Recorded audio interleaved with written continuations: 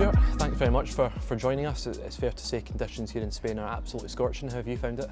Yeah, it's been good. It's been a very tough pre-season so far, but I think we'll for the benefits of that, hopefully by the time the season starts. But yeah, coming away to the heat makes it a little bit harder yet again.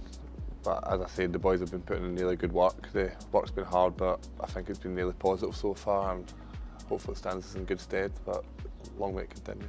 Away from the pitch as well, it seems like you've settled in so quickly. You're already kind of in about the boys, having a laugh with them. Appreciate you touched on it in your first interview. You said you kind of know quite a few of them already, but it seems like you've gelled in really quickly. Yeah, I was really pleasantly surprised. The boys have really welcomed me with open arms. It helps. Like, I got to join a car school really quickly. It always helps when you bed in with a couple of the guys, sort of help you integrate into the group. But no, as I say, I've been really pleasantly surprised. Like, all the boys have been brand new, and I feel like there's a really good sort of group spirit between everybody, and I think that will stand us in really good stead. Who's in the car school?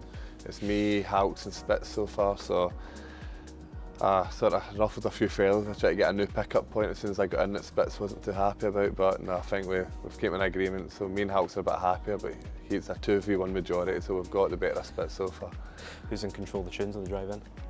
Nobody. We're out in the 5k minute on Clyde 1, so we look forward to that, 8:10, so 9 out of 10 is our best score so far, but we need to get a full house at some point. Looking ahead then, Premier Sports Cup games coming up really quickly.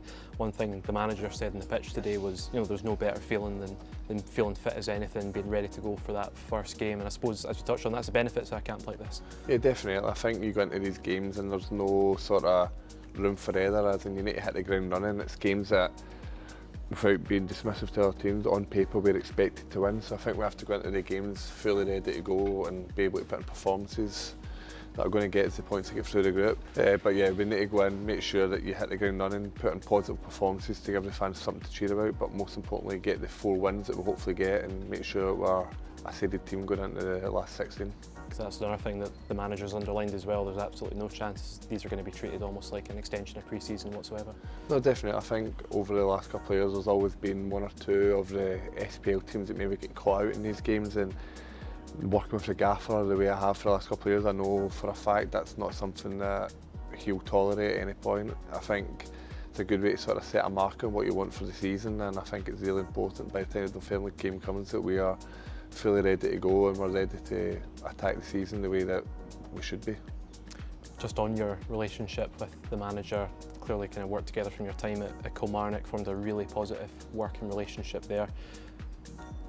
In your point of view, what is it about him that just works for you and maybe for like a whole team in general? Yeah, I mean, from a personal point of view, when he signed me for Kelly, it's brought me at a time when not as many people had the belief in me that I probably needed in my career. The gaffer took that sort of leap on me, took me back to Kilmarnock, and I think just from the off, with sort of the way that he wanted to play suited the way that I like to play football, and I think from the word go I had a really big trust in him and he had a really big trust in me. So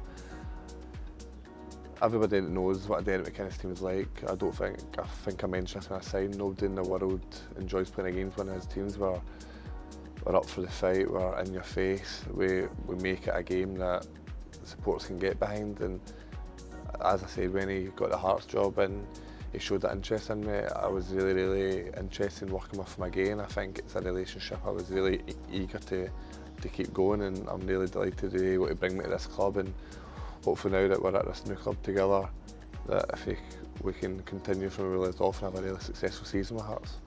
It's that way as well, where you've worked with so many high-profile managers over the course of your career. Of course, big ones being like Rafa Benitez at Newcastle United, Steve Clarke also at Kilmarnock, and Derek as well. Over the course of your time in your career, what have you sort of taken from each of these guys sort of individually that have helped you? Yeah, I mean, obviously, when you're lucky enough to have had a lot of different experiences, like you say, Rafa Benitez, I didn't work with him like on a full-time basis. I just got a couple of little experience with him. But I think any good manager you have, the sort of overriding factor is they're always supremely organised. You always know what they want from their teams, and I think when there's that clear message, it's a lot easier to sort of get on board with it and a lot easier to execute the plan. And I think that's something that the manager here has in abundance. And as I said, like, I think once the boys get to play under him for a few games, it'll be evidently clear to everybody watching what he wants from his teams, and I think that's something the fans can look forward to. in terms of your own career then, how far you've come in that time as well. I mean, bouncing back maybe from like disappointing spells, like maybe that first loan spell at Kilmarnock, and then always coming back and adding bits to your game. You've always been quick, you've always had an eye for goal as well. How do you sort of look back on your own development as a player over the course of that time? Yeah, I think there's very, very few players that are lucky enough to go on like a straightforward trajectory all the way through their career. I've probably been a little bit more topsy-turvy than most. Like, yeah, my first spell at Kilmarnock wasn't as successful as I wanted. Even when I went back the first time, it maybe wasn't the way I expected, but things turn around very quickly in football. 2 times I went on loan to Kilmarnock, I've been very unsure about where my career's heading at that point, and both times I was able to turn around, and it always helps having a manager. Obviously Steve Clark done it the first time for me at Kilmarnock, and then the manager done it in abundance the second time for me. So you have to be able to move club, but be able to not a safety blanket such, but have somebody that you know there that believes in you as much as you believe in yourself. I think that can only stand in good stead, and I've got no reason why I can't really move on and have a really, really successful spell here. Just on that settling in, kind of off the pitch, but I mean on the pitch as well, you've absolutely looked the part in training as well. You know, working with all your new teammates, how's that been as well? Yeah, definitely. I think I always try and bring it up on myself to try and drive the standards on the park. I've maybe got a little bit of a benefit of knowing the way the manager wants to play, the way the manager wants to press. I've been trying to implement that in training, try and get the boys on board with it. And as I said, like, it really helps that the boys have taken me under their wing from the word go. Like, I feel like I've been at this club for years already, speaking to the guys. I feel like one of the boys already, and I think that helps when you go in the park. It maybe takes away that little bit of nervousness that you maybe have going into a new team. Knowing that you've got this sort of personal relationship with the boys, you can just express yourself and show what you can really do on the park. And yeah, it's always nice if you think you've got the trust of the boys as well. And I think from where I've been here, hopefully I've built that up with them already, and we can take that into the games.